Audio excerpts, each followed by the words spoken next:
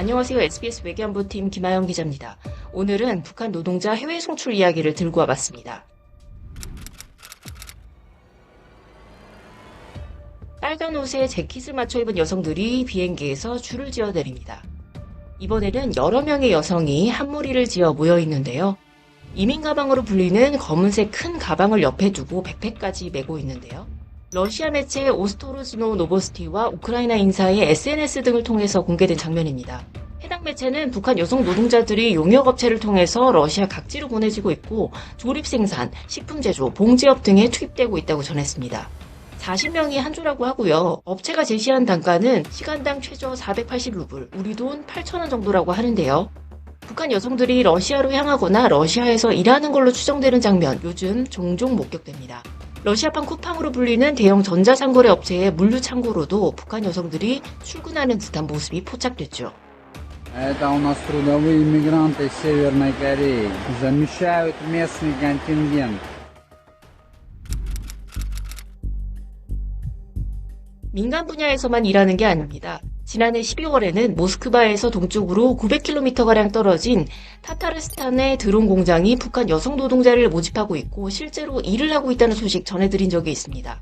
물론 북한 노동자들이 러시아에 전혀 없다가 지금 막 가기 시작한 거냐? 그건 아닙니다.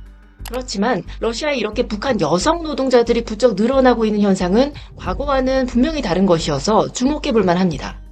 기존에는 러시아로 가는 북한 노동자들의 90%는 남성이었고요. 그다음에 중국으로 가는 북한 노동자들의 90%가 여성이었어요. 왜냐하면 러시아 같은 경우는 벌목이나 혹은 건설 노동자 그 부분에 한해서 노동자 수요가 있었고요. 중국 같은 경우는 이제 그 복장, 임가공 이제 최근에 이게 이런 구분이 좀 더 이제 깨지는 것 같아요. 러시아에서도 기존엔 남성만 이제 원했는데 지금은 여성도 원한다는 거죠. 중국과 러시아가 과거에는 서로 겹치지 않는 영역에서 노동력을 들여왔다면 이제는 상황이 달라졌다는 겁니다. 상호 보완적인 관계에서 이제는 북한 노동력을 두고 경쟁하는 관계로 변화했다는 평가가 나오는 거죠. 그렇다면 북한 노동자들 어느 쪽을 더 선호할까요? 최근 중국보다 러시아를 선호하는 경향이 나타나고 있다고 합니다. 이유는 역시 돈입니다. 중국과 러시아를 놓고 볼 때 러시아 굉장히 추운 지역이잖아요. 좀 노동하기 힘들고 가면 굉장히 좀 힘들다고 하는데 그럼에도 불구하고 임금을 러시아가 훨씬 더 한 두세 배 정도 많이 주더라고요. 중국의 한 대북 사업가는 예전에는 중국에서 북한 노동자를 요청하면 바로 보내줬는데 이제는 중국에 가라고 하면 노동자들이 못 가겠다고 버티는 경우까지 있다고 전했습니다. 러시아에서는 북한 노동자 한 명의 월급이 1,200달러 정도인데 중국에서는 많아야 300에서 500달러 수준이라고 이 사업가는 말했습니다. 당국에 물론 상납을 한다고 하더라도 절대적인 금액 차이가 워낙 큽니다. 중국에서든 러시아에서든 북한 노동자들의 일솜씨는 대체로 좋은 평가를 받는다고 합니다. 인건비는 여전히 현지 노동자들에 비해서 상대적으로 저렴하고 노동시간은 긴 편입니다. 여기에 집단으로 생활하고 움직이다 보니까 고용주 입장에서는 관리하기 편하다는 점도 장점이라고 하는데요. 북한 여성 인력이 러시아에서 제법 인기를 끌면서 북한 노동자들이 요구하는 수준이나 태도도 과거와는 많이 달라지고 있다고 합니다.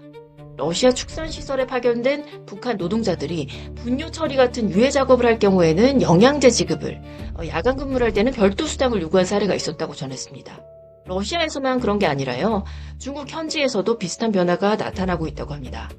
최근에 북한 노동자를 고용한 사장이라고 해야 되나요? 그분이 되게 놀랬대요. 예전에는 뭐 야근을 하면은 수당을 그렇게 엄격하게 책정하지도 않았고 많이 주지도 않았거든요. 근데 지금은 시간 단위로 엄격하게 그 수당을 책정하기를 원하고 요구하고 중국은 상대적으로 안 오려고 하다 보니까 임금도 전과는 달리 조금씩 높아지고 있다는 게 중국 측 사업가들의 설명이라고 합니다. 북한 노동자들이 계속 코대를 높일 수 있을 거냐? 관건은 북한 노동자들에 대한 러시아의 니즈가 얼마나 오랫동안 이어지느냐일 텐데요. 혹시 러시아가 왜 굳이 북한 인력을 받을까 싶은 분들이 있을 수 있는데 러시아 내부의 인력 상황이 워낙 어렵다는 게 전문가들의 진단입니다. 전쟁 장기화와 병력 동원 그리고 인구 감소가 겹치면서 러시아는 심각한 인력난에 직면한 상황이고요. 올해 제조업에서만 약 190만 명의 인력이 부족할 것으로 전망되고 특히 운송 그리고 물류 분야도 노동력 부족이 심각합니다. 러시아와 우크라이나의 전쟁이 끝난다고 해서 이런 인력 부족이 곧바로 해소되는 건 아니고요. 오히려 전쟁이 끝난 뒤에는 또 다른 수요가 추가가 됩니다. 전쟁으로 폐허가 된 곳들을 다시 다 건설을 해야 되거든요. 전후 복구를 해야 되는 거죠. 그런데 마침 또 북한이 잘하는 분야 중에 하나가 이런 대규모 건설 사업입니다. 전쟁 이후 복구 사업이 본격화하면 북한의 경험 있는 건설 노동력이 또 투입될 가능성이 그래서 거론되고 있는 겁니다.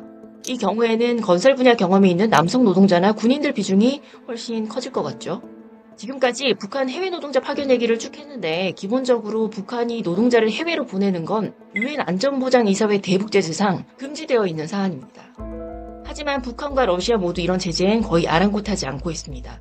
러시아는 계속해서 노동력이 필요하고 북한은 외화 수입원이 필요합니다.